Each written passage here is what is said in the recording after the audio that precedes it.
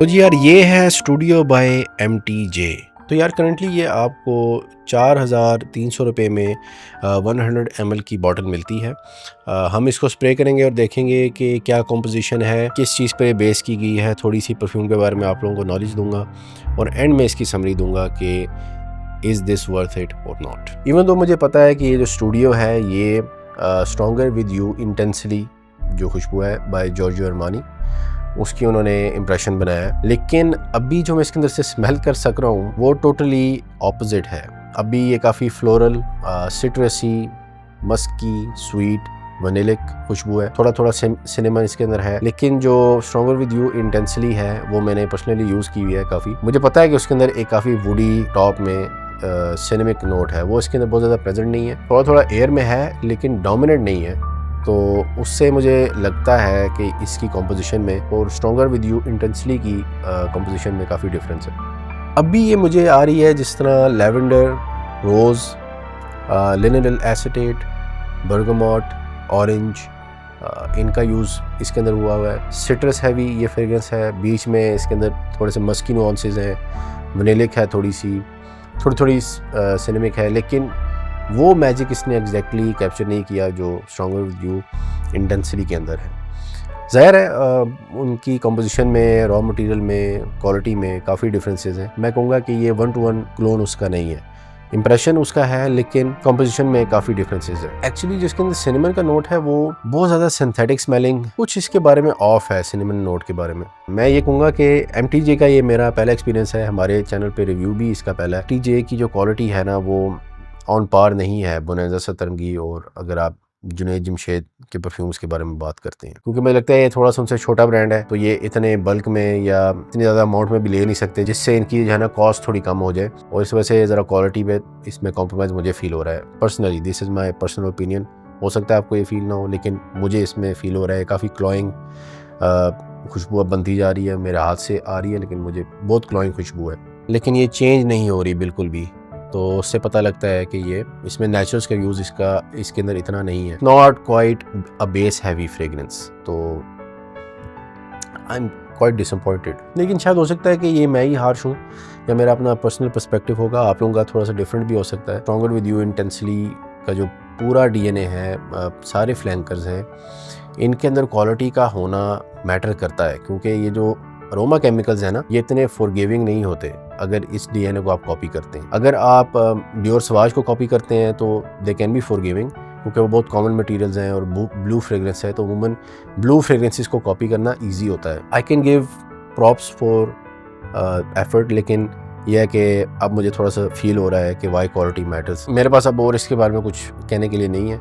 अब देखते हैं कि वेबसाइट पे इसके नोट्स क्या मेंशन उन्होंने किए हैं और आगे फर्दर इस पे बात करते हैं। तो जी फ्रेग्रेंस नोट्स के अंदर इन्होंने मेंशन किया है टॉप नोट में cardamom, pink pepper, violet leaves, hard note में lavender, sage, apple, base note में वनीला, एम्बर, सीडरवुड और मस्क। स्पाइसी तो ये बिल्कुल है, और इवन दो इन्होंने कॉपी किया है स्ट्रॉन्गर विद यू इंटेंसली को, और वो यही मेंशन करना भूल गए हैं कि ये सिनेमन डोमिनेंट फ्रेग्रेंस है, सीडरवुड, वनीला। बाकी कार्डमम मैं इसके अंदर नहीं इतना डिटेक्ट कर सकता। पिंक पेपर ये हो सकती है क्योंकि पिंक पेपर जो है वो टर्पेनिक, थोड़ी सी वुडी खुशबू होती है। आई हाईली डाउट कि इसके अंदर उसकी बेस भी होगी। ये बस इन्होंने वैसे टॉप नोट्स इसके अंदर मेंशन कर दिए। वायलेट लीफ तो बिल्कुल भी नहीं हो सकता इसके अंदर लेकिन यह है कि चलो मैं क्या कह सकता हूँ, मेरा अपना पर्सनल ओपिनियन हो सकता है, लेकिन फिर भी marketing is not the greatest. तो इसकी समरी पे आ जाती।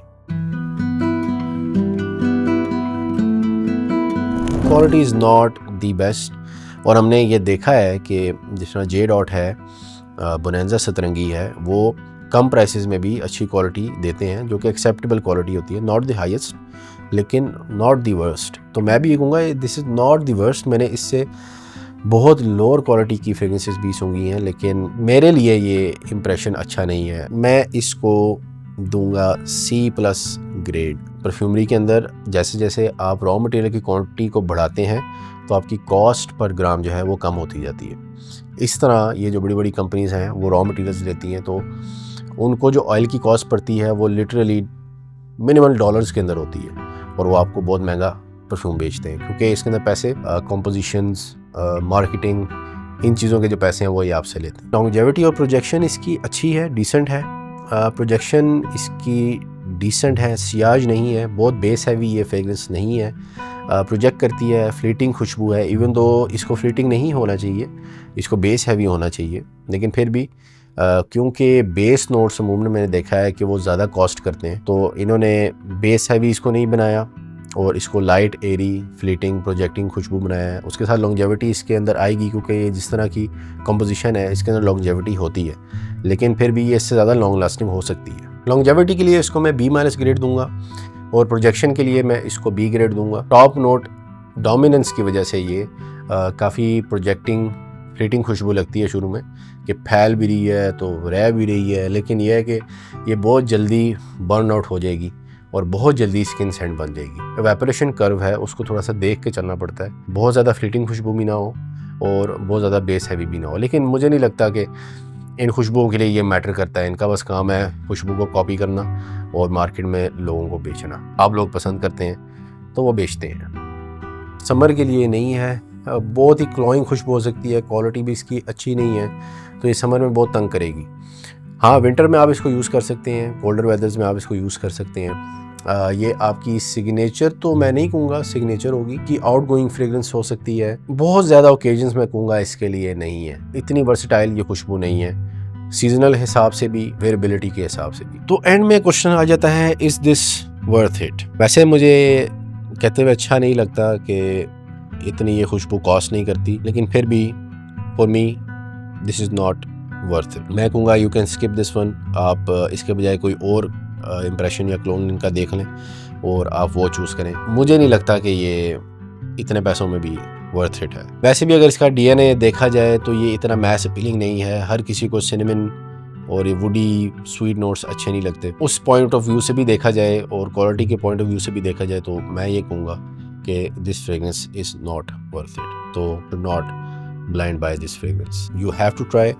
और एक दिन पूरा दिन आप इसको देखें, आपको उसकी क्वालिटी से कोई इशू तो नहीं है, तंग तो नहीं करती, स्किन पे इरिटेशन तो नहीं करती। और हाँ, स्किन पे इरिटेशन पे अगर मैं बात करूँ, फ्रेगरेंसेस की अगर हम हिस्ट्री देखते हैं तो फ्रेगरेंसेस इन्वेंट की गई थी कपड़ों पे लगाने के लिए। जहाँ तक मुझे पता है कोको शनैल इन्फ्लुएंशियल एक आप कह लें करैक्टर गुजरा है हमारी हिस्ट्री में। वो एक पहली खातून थी जिसने स्किन पे फ्रेगरेंसेस लगाना शुरू की थी और उसके बाद से ये सारा मामला बाद में चला, जिसको हम इफ्रा लिमिटेशंस कहते हैं, इफ्रा कंप्लायंस कहते हैं। कि इफ्रा एक रेगुलेटरी बॉडी है जिनका काम होता है मटेरियल्स पे रिसर्चेस करना, उनके टेस्ट करना स्किन पे कि is it safe to apply on the skin.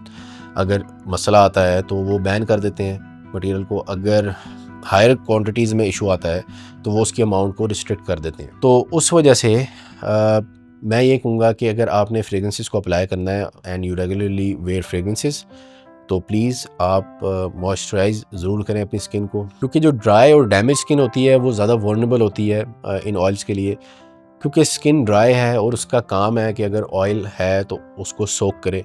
तो अगर आप ये यूज़ करते हैं जिनमें अरोमा केमिकल्स हैं बिल्कुल, और अगर आप लोअर क्वालिटी की फ्रेगरेंसेस यूज़ करते हैं ख़ासकर, तो आप लगाएंगे स्किन उसको एब्जॉर्ब करेगी फ़ौरन से, क्योंकि you are not wearing moisturisers and you are not moisturising and you are not taking care of your skin. तो ये आपकी स्किन में जाएगा डायरेक्ट और हो सकता है ये आपको कुछ इफ़ेक्ट्स करे, रैश करे। और हायर कॉन्सेंट्रेशन में जो हाई क्वालिटी की फ्रेगरेंसेस भी होती हैं वो लोगों को अमूमन इसलिए रैश करती हैं कि वो मॉइस्चराइजर्स अप्लाई नहीं करते।